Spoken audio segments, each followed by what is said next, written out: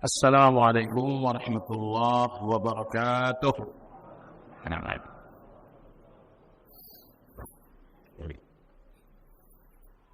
إن الحمد لله نحمده ونستعينه ونستغفره ونعوذ بالله من شرور أنفسنا ومن سيئات أعمالنا. من يهد الله فلا مضل له ومن يضلل فلا هادي له، وأشهد أن لا إله إلا الله وحده لا شريك له، وأشهد أن محمدا عبده ورسوله لا نبي بعده. اللهم صل وسلم على محمد وعلى آله وأصحابه ومن اهتدى بهديه إلى يوم الدين. يا أيها الذين آمنوا اتقوا الله حق تقاته ولا تموتن إلا وأنتم مسلمون. Kaum muslimin wal muslimat rahimakumullah, insyaallah kita akan melanjutkan kajian tafsir surat Al-Baqarah. InsyaAllah malam ini memasuki pembahasan pada ayat 126. Allah Subhanahu wa taala berfirman, A'udzu billahi minasy syaithanir rajim. Wa idz qala Ibrahim Rabbi ij'al hadza baladan amina warzuq ahlahu minats tsamarat man amana minhum billahi wal yawmil akhir qala wa man kafara fa umatti'uhu qalilan thumma attarruhu ila adzabin nar. Dan ingatlah ketika Nabi Ibrahim berdoa, Rabbi, wahai Rabbku, jadikanlah negeri ini penuh dengan keamanan dan limpahkanlah rezeki kepada para penghuninya berupa buah-buahan, tetapi hanya kepada orang yang beriman kepada Allah dan hari akhir. Terhadap doa tersebut Allah menjawab, qala wa man kafara, adapun orang-orang yang kafir, maka aku akan memberikan mereka kesenangan yang sedikit,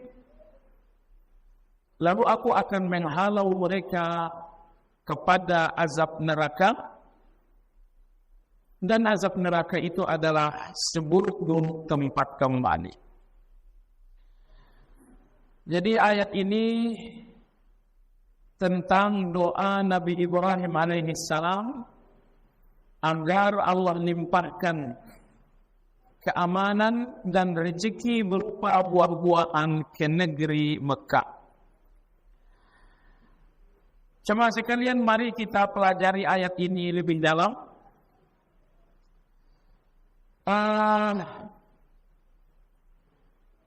Tadi di dalam doa Nabi Ibrahim menyebutkan Rabbi dan tidak menyebutkan ya Rabbi. Padahal aslinya kita kalau memanggil dalam bahasa Arab menggunakan ya Muhammad. Pertanyaan adalah, kenapa di dalam doa, bukan hanya doa Nabi Ibrahim, tapi semua doa-doa nyaris tidak ada yang diawali dengan ya, tetapi langsung dengan nama Allah. Rabbi itu kan nama Allah. Anda langsung menyebut nama Allah, Rabbi.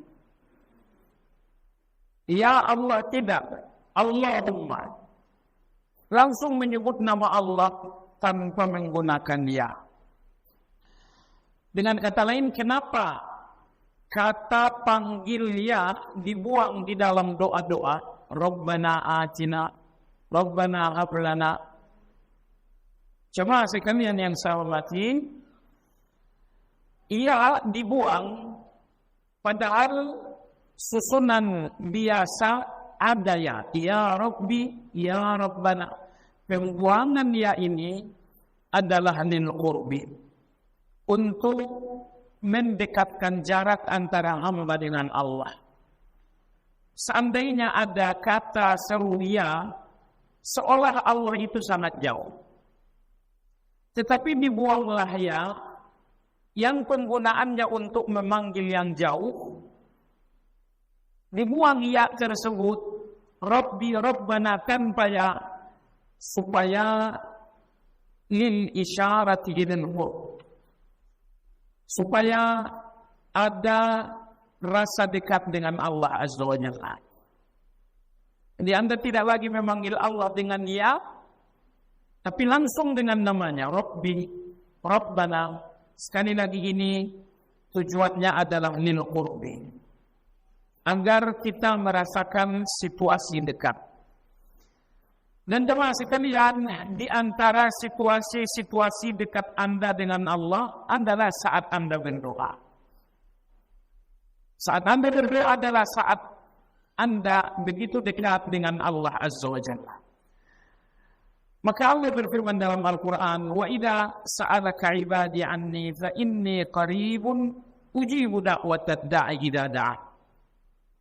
Apabila hamba-hambaku bertanya kepada Muhammad tentang aku, katakanlah bahwa aku dekat. Aku mengabulkan permintaan orang-orang yang berdoa. Yang diperhatikan, sebelum Allah berikan Anda janji, ujibu da'watad da'i, terlebih dahulu Allah mengatakan, fa inni qarib. Jadi Allah ingin Anda sadari kemahadekatan Allah saat berdoa. Ini nomor satu yang mesti Anda sadari. Setelah itu baru kemudian Anda sadari bahwa Allah akan mengabulkan setiap doa-doa Anda. Jadi karena begitu penting menyadari kemahadekatan Allah dengan setiap hamba yang berdoa, maka dibuanglah ya di dalam Rabbi, di dalam Rabbana, dan dalam doa-doa lain. Termasuk di dalam doa Nabi Ibrahim alaihissalam. Jemaah sekalian yang saya hormati, tadi Nabi Ibrahim alaihissalam dalam doa, beliau meminta keamanan, kemudian beliau juga meminta rezeki. Pertanyaan, rezeki yang telah dijamin Allah Azza wa Jalla, kenapa pula seorang Nabi sekelas Khalilullah masih meminta yang telah dijamin oleh Allah Azza wa Jalla? Kenapa meminta rezeki padahal rezeki itu telah dijamin oleh Allah Azza wa Jalla? Jemaah sekalian, yang pertama, meminta rezeki bukanlah aib. Karena rezeki yang memberikan Anda kemudahan bertakwa adalah rezeki yang berkah, adalah rezeki yang dicintai oleh Allah Azza wa Jalla. Rezeki yang membuka pintu sedekah bagi Anda. Rezeki yang membuat Anda banyak membantu orang. Rezeki yang membuat Anda pergi haji, pergi umrah.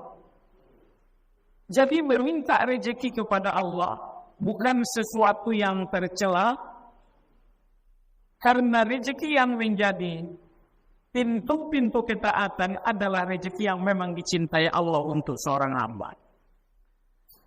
Makanya mintalah rezeki kepada Allah Azza wa Jalla. Karena rezeki bagi orang yang beriman akan menjadi kemudahan-kemudahan untuk sejumlah ketaatan-ketaatan. Nomor dua, meminta rezeki padahal telah dijamin oleh Allah Azza wa Jalla. Karena tujuan kita berdoa bukan untuk mendapatkan rezeki itu nomor satu. Tujuan pertama doa-doa kita adalah merendahkan diri di depan Allah Azza wa Jalla. Jadi kehambaan kita sangat jelas sekali ketika Anda menjadi peminta-minta di depan Allah Azza wa Jalla. Anda mudah bukan? Nah, untuk menampakkan dimensi budaknya kita, makanya jadilah berminta-minta di depan Allah. Jadilah pengemis di depan Allah Azza wa Jalla. Manusia cuma satu dari dua macam. Orang yang menjadi peminta-minta di depan Allah, maka di depan manusia mereka malu akan meminta. Nomor dua, orang yang tidak banyak meminta kepada Allah, maka mereka akan menjadi peminta-minta kepada manusia. Hubungan manusia dengan meminta adalah hubungan alami dan fitrah. Fitrah manusia meminta. Karena kodrat Anda adalah budak. Karena kodrat Anda adalah budak, maka meminta adalah fitrah Anda. Masalahnya, kalau Anda orang yang betul-betul beriman, minta atau mengemis, Anda hanya melakukannya di depan Allah. Adapun di depan manusia Anda tidak akan melakukan itu. Tapi jemaah sekalian, kalau orang yang kurang iman, kehambaan mereka di depan Allah lemah, mereka tidak banyak meminta dan mengemis kepada Allah. Ketika mereka tidak banyak meminta-minta kepada Allah, maka jadilah mereka meminta-minta kepada manusia. Padahal jemaah sekalian, meminta-minta kepada manusia membuka pintu kefakiran. 3 hal yang disumpahkan oleh Nabi kita sallallahu alaihi wasallam. Salah satunya, wa ma fataha 'abdun baba mas'alatin illa fataha Allah lahu baba faqr. Tidaklah seseorang meminta-minta melainkan Allah akan membuka pintu kemiskinan untuknya. Jadi Anda jangan berkila, Anda jangan membantah, oh banyak apa minta-minta yang hidup kaya. Seolah-olah hadis ini tidak benar, karena kenyataannya peminta banyak yang kaya. Jemaah sekalian, mereka kaya tapi tidak lama. Insya Allah tidak lama. Ujung-ujungnya mereka semua akan menjadi orang miskin juga. Jadi oleh sebab itulah jemaah sekalian yang saya hormati, kita diciptakan Allah untuk menjadi hamba dan budak. Sebagai hamba, sebagai budak, maka kodrat kita adalah meminta-minta. Kalau Anda orang yang beriman, Anda akan menempatkan kodrat meminta-minta itu di depan Allah. Sehingga di depan manusia Anda tidak meminta sama sekali. Anda meminta kepada Allah, Anda meminta kepada manusia, malu. Malu jemaah sekalian. Tetapi orang-orang yang imannya rusak, mereka akan menempatkan kehambaan meminta-minta itu di depan manusia. Waliyahulillah. Jadi dengan demikian, untuk apa minta rezeki? Padahal sudah dijamin. Karena tujuan meminta nomor 1 adalah merendah di depan Allah. Menampakkan kehambaan. Menampakkan bahwa kita adalah pengemis di depan Allah Azza wa Jalla. Tujuan doa nomor 2 adalah ibadah. Doa wal ibadah. Demikian Nabi kita bersabda sallallahu alaihi wasallam. Doa adalah ibadah. Tujuan doa yang ketiga adalah husnuzan kepada Allah Azza wa Jalla. Tidak ada orang yang berdoa kecuali berhusnuzan. Dengan kata lain, husnuzan ketika Anda tumpahkan maka dia akan menjadi doa. Jadi dengan demikian, meminta rezeki, kalau memang itu akan membuka pintu ketaatan, maka meminta rezeki itu sesuatu yang dianjurkan. Dan Nabi pun ajarkan agar kita minta rezeki. Rabbi ghfirli warhamni, kemudian warzuq. Ya Allah berikan aku rezeki. Jadi makanya tadi Nabi Ibrahim meminta agar Allah limpahkan rezeki kepada penghuni Mekah. Kenapa beliau minta rezeki padahal telah dijamin? Jawabannya tadi telah disampaikan. Jemaah sekalian yang saya hormati, kenapa doa pertama Nabi Ibrahim adalah minta keamanan?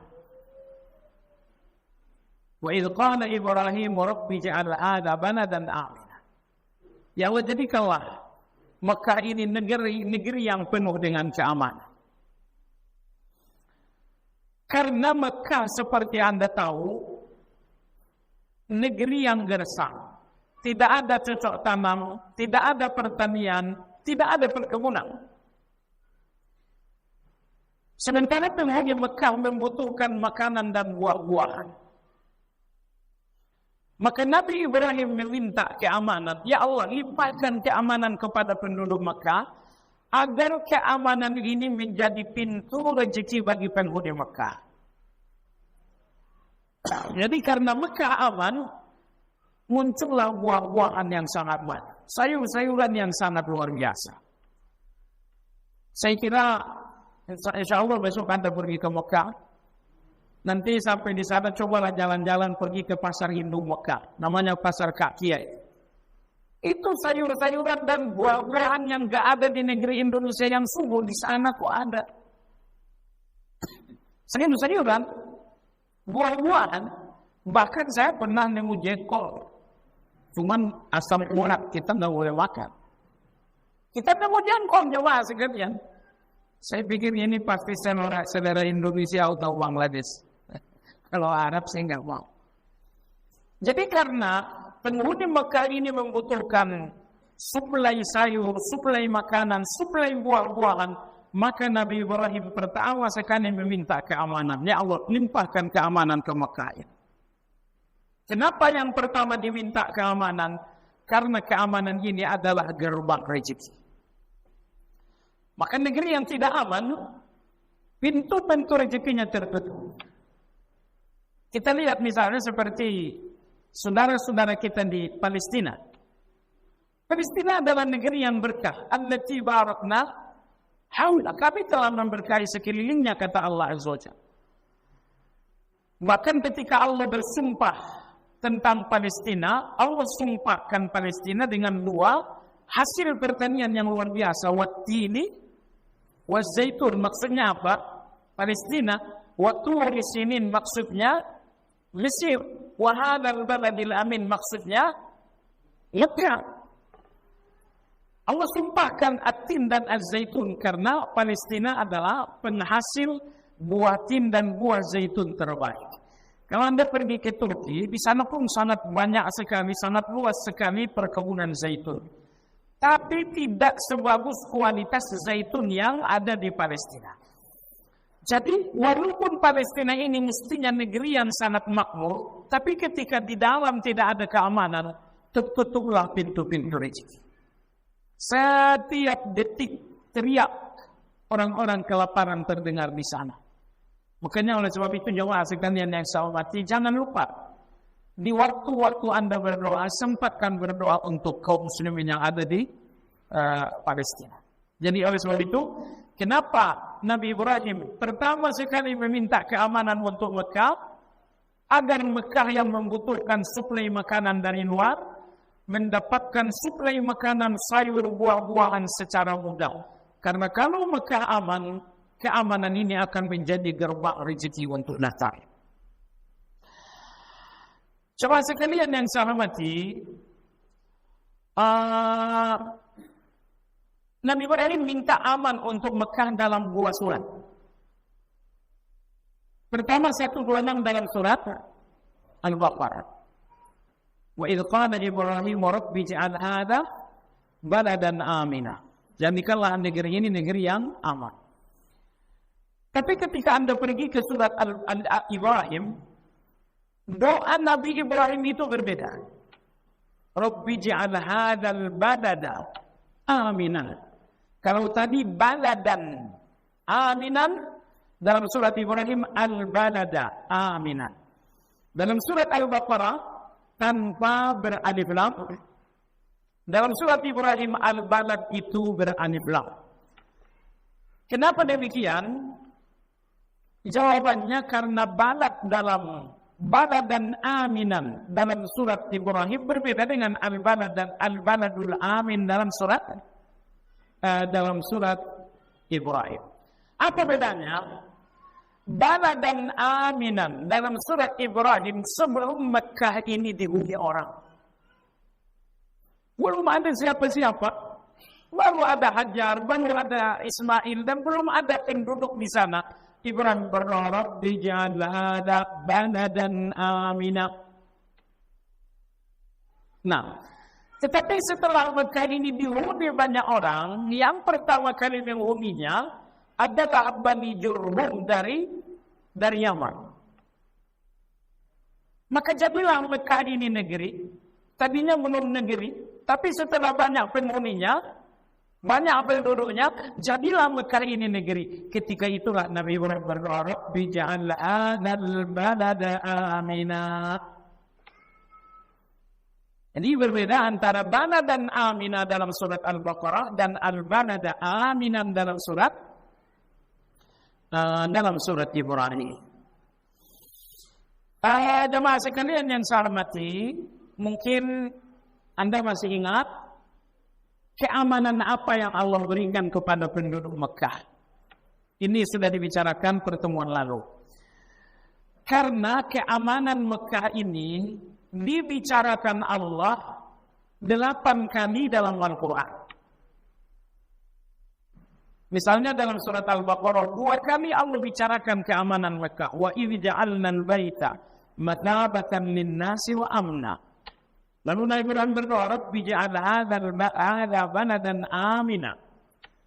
Dalam surat Ibrahim, Rabbi ja'al hadzal balada amina. Dalam surat Al-Ankabut, awalam yarau anna ja'alna haraman amina. Dalam surat Al-Qasas, Allah berfirman, awalam numakkin lahum haraman amina. Dalam surat Al-Quraish, wala manahum min khawf. Dalam surat At-Tin, wa hadzal baladil amin. Jadi 8 kali ayat Al-Quran menegaskan keamanan Mekah. Pertanyaan, apa yang dimaksud dengan keamanan Mekah itu? Nah, jemaah sekalian, pertama keamanan Mekah yang dimaksud adalah keamanan di zaman jahiliyah. Dan ini sesuai dengan bagian akhir dari bagian ayat dalam surat Al-Ankabut. Awalam yarau anna ja'alna haraman aminan wa yatakhatafu an-nasu min hawlihim. Apakah mereka tidak melihat bagaimana kami jadikan Mekah ini aman? Padahal negeri sekitar Mekah penuh dengan pencurian, perampokan, dan pembunuhan. Jadi kampung-kampung sekitar Mekah penuh pencurian, perampokan, pembunuhan. Tetapi Mekah negeri yang sangat aman. Begitu amannya Mekah di zaman jahiliyah, sehingga seseorang di Mekah melihat pembunuh ayahnya, tidak berpikir untuk membunuh, tidak berpikir untuk balas dendam. Padahal kalau pembunuh ayah ini ketemu di luar Mekah, ini tidak sampai 1 menit lewat ini. Tapi ketika ketemu di Mekah, tertutuplah pikiran dan keinginan untuk melakukan balas dendam. Maka keamanan Mekah yang pertama, keamanan Mekah di zaman jahiliyah. Kemudian keamanan Mekah yang kedua adalah keamanan menjelang kiamat, bahwa Dajjal tidak akan bisa memasuki Mekah. Kemudian keamanan Mekah yang ketiga, ini kita tambahkan, keamanan bahwa di Mekah tidak akan terjadi tanah amblas. Jadi di mana-mana terjadi gempa, tanah amblas. Ini tidak akan terjadi di Mekah. Kenapa? Ya, dalam rangka Allah menjaga Baitullah. Sebab kalau terjadi tanah amblas, tentu Ka'bah ini akan dirusak. Maka keamanan Mekah bahwa di Mekah enggak akan terjadi musibah tanah amblas. Kemudian keamanan Mekah yang keempat, bahwa di Mekah ini tidak akan terjadi kelaparan. Bahwa di Mekah ada kemiskinan, betul? Di Mekah ada kemiskinan. Tapi kelaparan tidak akan terjadi di Mekah. Kenapa? Karena Nabi Ibrahim berdoa agar Mekah dilimpahi oleh Allah dengan makanan, dengan buah-buahan, sehingga tidak ada di Mekah orang yang mati kelaparan. Jemaah sekalian yang saya hormati, Mekah ini menjadi tanah haram. Tanah haram, haram bertumpah darah, haram membunuh binatang, haram mencabut pohon-pohon di dalam Begitu amannya Mekah ini, bahkan binatang-binatang yang tidak berbahaya pun tidak boleh dibunuh. Pertanyaan, dari kapankah Mekah ini menjadi tanah haram? Apakah setelah Nabi Ibrahim berdoa? Berarti sebelum Nabi Ibrahim Mekah ini belum menjadi tanah haram. Ataukah Mekah ini telah menjadi tanah haram sejak Allah menciptakan muka bumi? Dalam hal ini ulama-ulama kita berbeda pendapat, pro, kontra, dan menengah. Pendapat yang pertama bahwa Mekah ini telah menjadi tanah haram semenjak Allah menciptakan bumi. Hal ini karena Nabi kita bersabda, Inna Allaha harrama Makkah yawma khalaqas samawati wal ardh. Sesungguhnya Allah telah menjadikan Mekah tanah haram pada saat Allah menciptakan langit dan bumi. Tetapi pendapat yang kedua, bahwa Mekah ini tanah haram sejak Nabi Ibrahim alaihi salam. Sebelum Nabi Ibrahim, Mekah ini bukan tanah haram. Dalilnya adalah sabda Nabi sallallahu alaihi wasallam, Inna Ibrahim harrama Makkah wa ana harramtul Madinah. Yang artinya sesungguhnya Ibrahim menjadikan Mekah tanah haram dan aku menjadikan Madinah ini tanah haram. Jadi berdasarkan hadis ini berarti Mekah tanah haram setelah zaman Nabi Ibrahim alaihissalam. Ini dua pendapat kontra. Yang betul jemaah sekalian bahwa adalah pendapat yang ketiga, pendapat menengah. Bahwa Mekah ini telah menjadi tanah haram semenjak diciptakan oleh Allah. Namun keharaman Mekah ini tidak nampak sepopuler haramnya Mekah setelah zaman Nabi Ibrahim. Jadi sebelum zaman Nabi Ibrahim, Mekah ini sudah jadi tanah haram. Tapi tidak sepopuler sejak zaman Nabi Ibrahim. Kalau dari zaman Nabi Ibrahim sampai sekarang Anda lihat orang kafir pun tahu kalau Mekah itu tanah haram. Jadi status tanah haram Mekah itu populernya dari zaman Nabi Ibrahim sampai sekarang. Sebelum zaman Nabi Ibrahim, Mekah ini telah berstatus tanah haram, tapi tidak sepopuler status tanah haram sejak zaman Nabi Ibrahim alaihissalam. Jemaah sekalian yang saya hormati, kemudian tadi dalam doa Nabi Ibrahim, warzuq ahlahu minaz zamarat, ya Allah berikanlah, limpahkanlah penghuni orang-orang Mekah ini buah-buahan. Pertanyaan, kenapa Nabi Ibrahim tidak meminta biji-bijian? Karena ada biji-bijian, ada buah-buah. Beras, gandum, itu biji-bijian. Tetapi apel, kemudian mangga, kemudian korma, itu semuanya dinamakan dengan buah-buahan. Nah, kenapa Nabi Ibrahim meminta buah-buahan dan tidak meminta biji-bijian? Jawabannya jemaah sekalian, karena Mekah adalah negeri yang sangat aman, maka yang mudah di Mekah ini adalah buah-buahan. Sebab kalau biji-bijian ini membutuhkan waktu yang lama. Baik jemaah, maka kita pergi ke Taif misalnya, di Taif ini banyak buah-buahan, tapi mereka tidak menanam biji-bijian. Wallahu ta'ala alam. Baiklah jemaah sekalian yang saya hormati, itulah mengenai kandungan ayat tersebut. Pelajaran-pelajaran yang terkandung. Pelajaran yang pertama, bahwa rasa aman adalah nikmat yang sangat luar biasa. Imam Ghazali rahimahullah ta'ala mengatakan, kebutuhan super primer manusia ada 3. Kebutuhan super primer manusia ada 3. Dan 3 kebutuhan super primer ini disebutkan Nabi dalam hadis. Kata Nabi sallallahu alaihi wasallam, "Man asbaha minkum aminan fi sirri, mu'afan fi jasadihi, 'indahu qutu yawmihi, faka'annama hizat lahu dunya bihadafiriha. Kata Nabi sallallahu alaihi wasallam, apabila kalian telah sampai di pagi hari dalam keadaan aman sentosa, mu'afa fi jasadihi, tubuh kalian dalam keadaan sehat, indahu qutu yaumihi, makanan satu hari ini sampai nanti malam ada, faka'annama hizat lahu dunya bihadafiriha, seolah dunia dengan segala isinya telah ada di tangan kalian. Jadi inilah kebutuhan sumber primer bagi manusia. Pertama adalah rasa aman, yang kedua adalah kesehatan, dan yang ketiga adalah makanan, minimal makanan satu hari. Kalau esok hari kan belum tentu sampai ke esok hari. Jadi kalau di pagi hari Anda bangun, 3 nikmat ini ada pada Anda, kata Nabi SAW, dunia dan isinya seolah-olah ada di tangan Anda. Sebab itu, nikmat rasa aman adalah nikmat keamanan adalah nikmat yang sangat besar.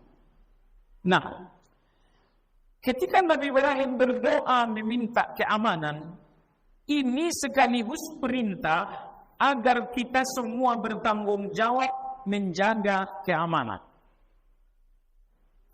Karena semua nikmat hanya menjadi nikmat karena rasa aman. Anak-anak Anda adalah nikmat karena situasinya aman. Bayangkan kalau terjadi penculikan anak, tiba-tiba tetangga sebelah ada anaknya hilang tadi. Oh, tetangga sebelah tadi putrinya hilang. Seandainya situasi tidak aman, semua nikmat ini bukan nikmat.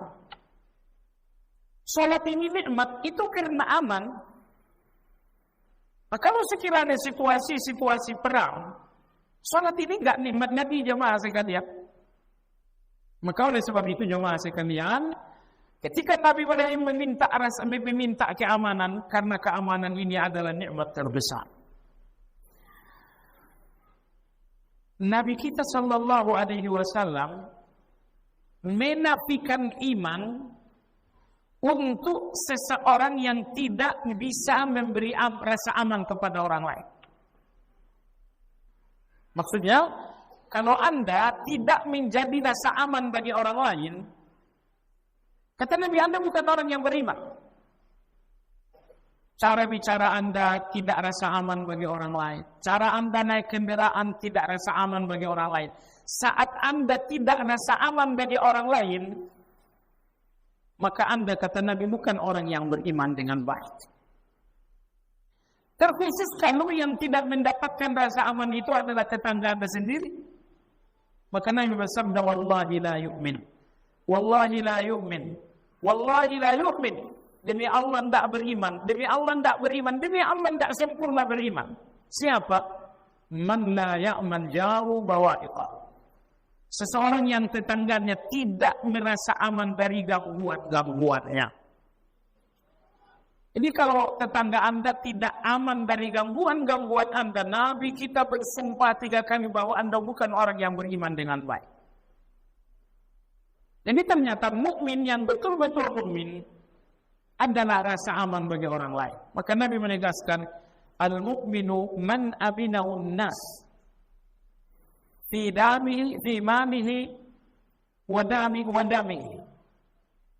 Kata Nabi SAW, seorang mukmin adalah seseorang yang menjadi rasa aman untuk harta orang lain dan untuk keselamatan orang lain. Ya, itulah seorang mukmin.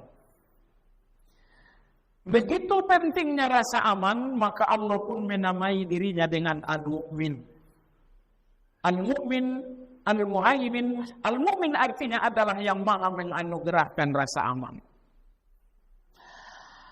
Cuma sekalian ketika kita berbicara tentang rasa aman, kita berbicara dengan aman secara fisik, dan nomor 2 adalah aman secara psikis. Aman secara fisik, ya hati-hati naik kendaraan supaya keamanan orang terjaga. Hati-hati dengan mulut supaya perasaan orang tetap aman. Tapi di samping itu ada rasa aman psikis. Rasa aman psikis itu jemaah sekalian, bahwa Anda tidak melihat esok hari Anda dengan ketakutan dan tidak memandang masa lalu hari kemarin Anda dengan kegelisahan. Itulah rasa aman. Karena orang yang hari ini melihat esok hari dengan ketakutan yang luar biasa dan menoleh masa lalu dengan kegelisahan yang luar biasa, orang ini tidak menemukan rasa aman dalam hatinya. Apa penyebabnya jemaah sekalian? Penyebab utamanya adalah syirik kepada Allah Azza wa Jalla.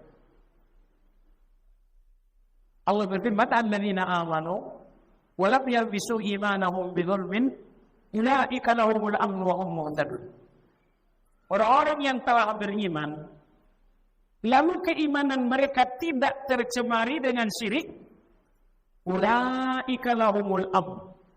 Hanya mereka lah yang menemukan rasa aman dalam hati mereka.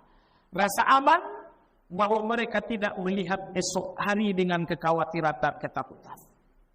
Rasa aman bahwa mereka tidak pernah memandang masa lalu dengan penyesalan yang menyiksa. Dan saya ingin katakan, kalau masa lalu datang membuat Anda gelisah, hari esok datang membuat Anda takut dan khawatir, pertanyaan di mana letak kebahagiaan itu? Jawabannya tidak ada. Maka dalam banyak ayat Allah tegaskan, rasa aman dari ketakutan masa depan, rasa aman dari kegelisahan masa lalu, hanya apabila langkah-langkah hidup kalian di atas hidayah.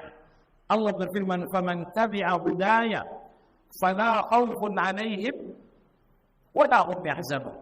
Siapapun yang betul-betul mengikuti hidayah Allah, maka mereka tidak akan melihat ketakutan untuk esok hari mereka.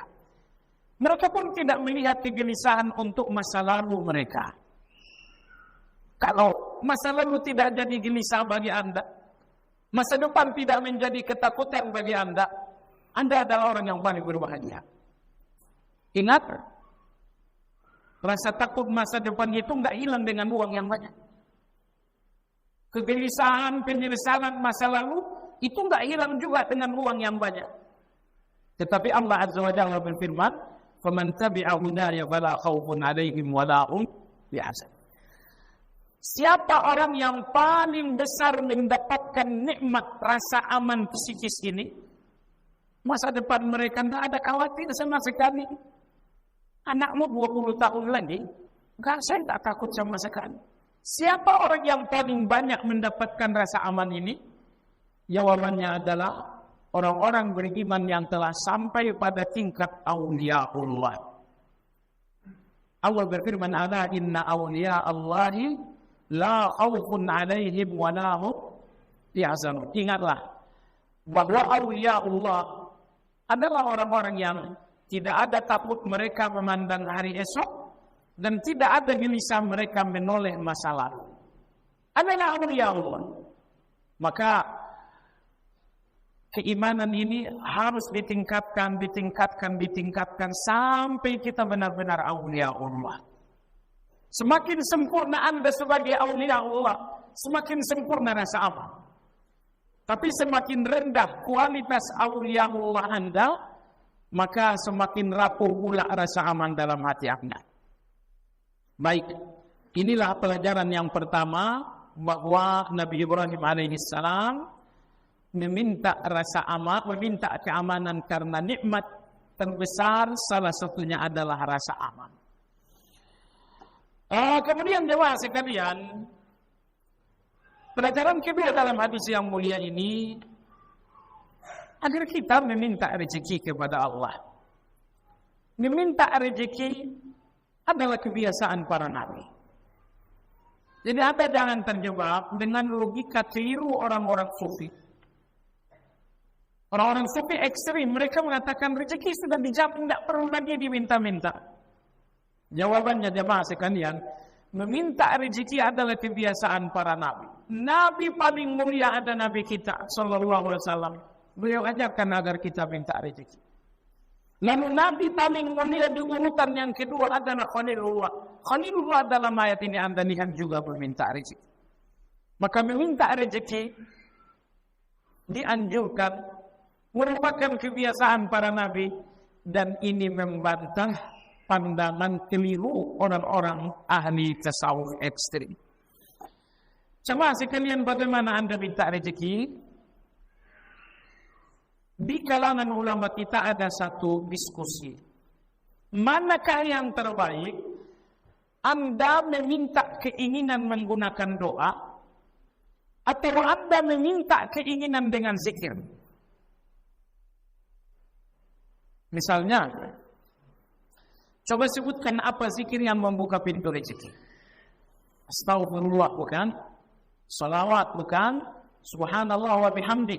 Ini semua zikir-zikir membuka rezeki. Manakah yang terbaik? Anda minta rezeki dengan doa Allahumma rzuqni, Allahumma rzuqni, ataukah Anda minta rezeki menggunakan zikir Astaghfirullah, astaghfirullah, istighfar melulu? Karena istighfar ini membuka pintu rezeki. Faqultu astaghfiru rabbakum innahu kana ghaffara yusilis samaa alaikum bidirara wa yumdidukum bi amwali wa banin wa yaj'al lakum jannat wa yaj'al lakum anhar. Jadi istighfar ini membuka pintu rezeki. Nah, ini diskusi di kalangan ulama. Sebagian ulama mengatakan meminta keinginan menggunakan zikir lebih agung daripada meminta keinginan menggunakan doa. Dalilnya setelah azan insyaallah taala. Masuk waktu kan? Ya.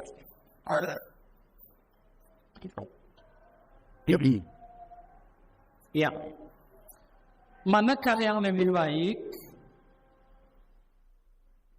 Saya meminta keinginan dengan doa, atau saya meminta keinginan dengan zikir? Saya berikan Anda contoh. Dalam surat Al-Anbiya, Nabi Ayub alaihi salam meminta keinginan dengan doa.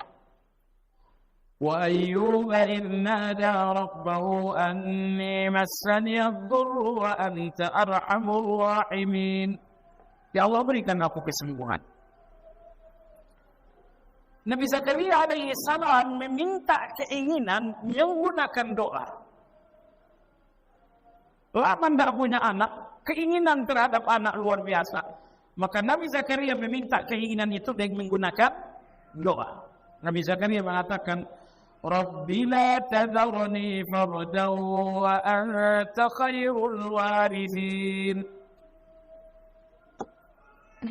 Tetapi Nabi Yunus alaihi salam meminta keinginan bukan dengan zikir tapi menggunakan, bukan dengan doa tapi menggunakan zikir. Nabi Yunus dalam perut ikan, dia ingin keselamatan, tapi dia tidak meminta keinginan dengan doa tapi dengan zikir. La ilaha illa anta subhanaka inni kuntu minadh dhalimin.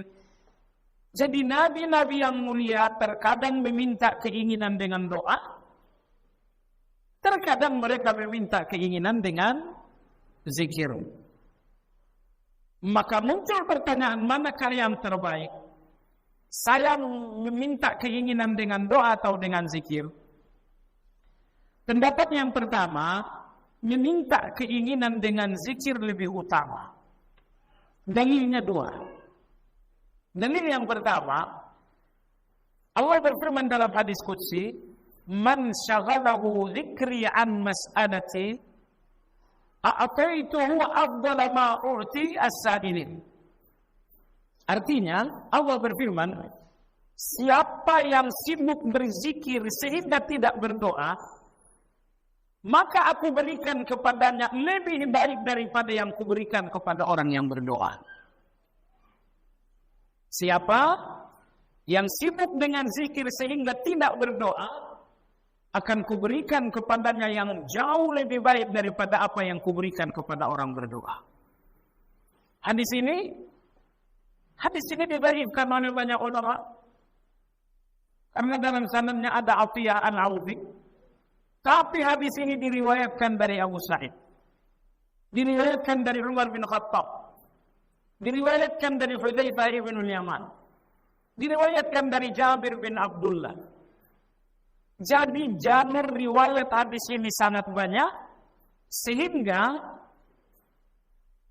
ulama-ulama hadis memang tidak semua, tapi mayoritas umumnya ulama-ulama hadis menerima hadis ini. Walaupun sanadnya bermasalah, tapi sanadnya lebih dari 5 jalur. Baik. Dalil yang kedua, bahwa meminta keinginan dengan zikir lebih baik adalah hadis yang diriwayatkan Imam Tirmidzi, hadis Sa'id dan Ubay bin Ka'ab. Ubay bin Ka'ab radhiyallahu anhu berkata, "Ya Rasulullah, kama ja'alu laka min salat?" Ya Rasulullah, kalau saya berdoa, tentu saya mengawalinya dengan salawat. Salawat itu zikir, bukan? Iya, salawat. Berapa kali aku bersalawat dalam doa? Kata Nabi sallallahu alaihi wasallam, "Ma syi'ta."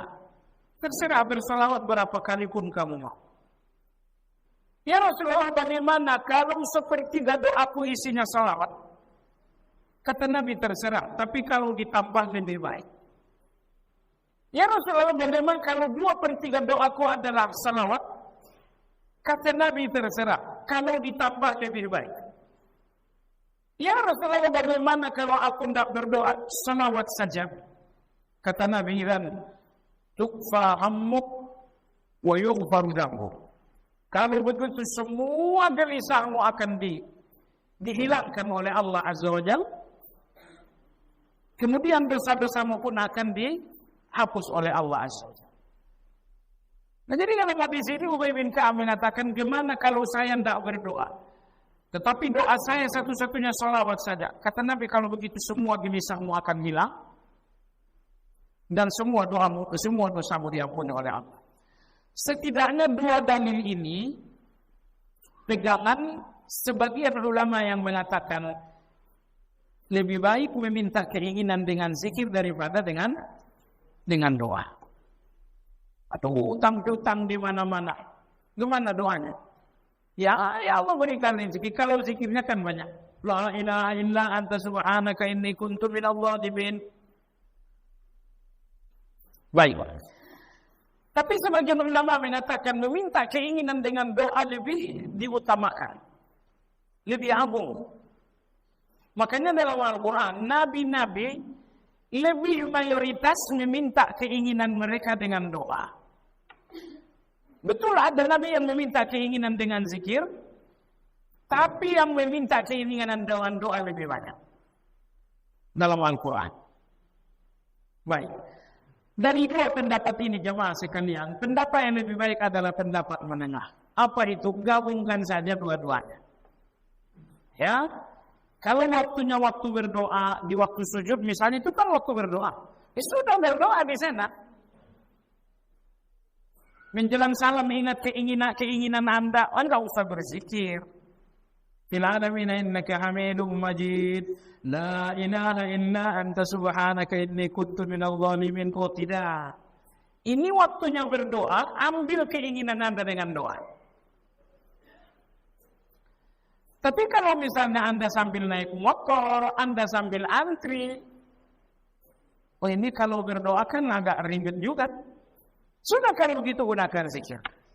Jadi dengan demikian, pendapat A, pendapat B sebaiknya tidak dikontrakan, tidak diperbenturkan, maka yang terbaik jemaah sekalian, ambil keinginan Anda dengan dua-duanya. Di waktu doa, gunakan doa untuk mengambil keinginan. Kalau tidak waktunya berdoa, gunakan zikir untuk mendapatkan keinginan. Baik. Pelajaran terakhir dalam ayat yang mulia, bahwa Allah berfirman tentang orang kafir. Kata Allah Subhanahu wa taala, adapun orang-orang kafir, qala wa man kafara fa umatti'uhu qalila. Orang-orang kafir tetap akan kuberi mereka rezeki, tapi sebentar.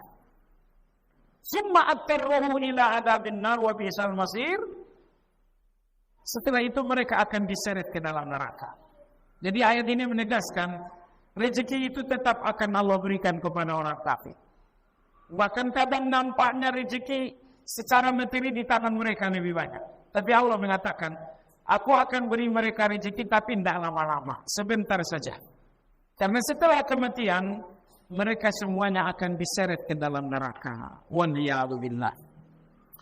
Ya, demikian kajian kita malam ini. Semoga bermanfaat. Ada pertanyaan bukan? Ya. Kita sudahi dengan zikir kafaratul majlis. Subhanakallahumma wa bihamdika asyhadu an la ilaha illa anta astaghfiruka wa atubu ilaik. Alhamdulillahirabbil alamin. Assalamualaikum warahmatullahi wabarakatuh.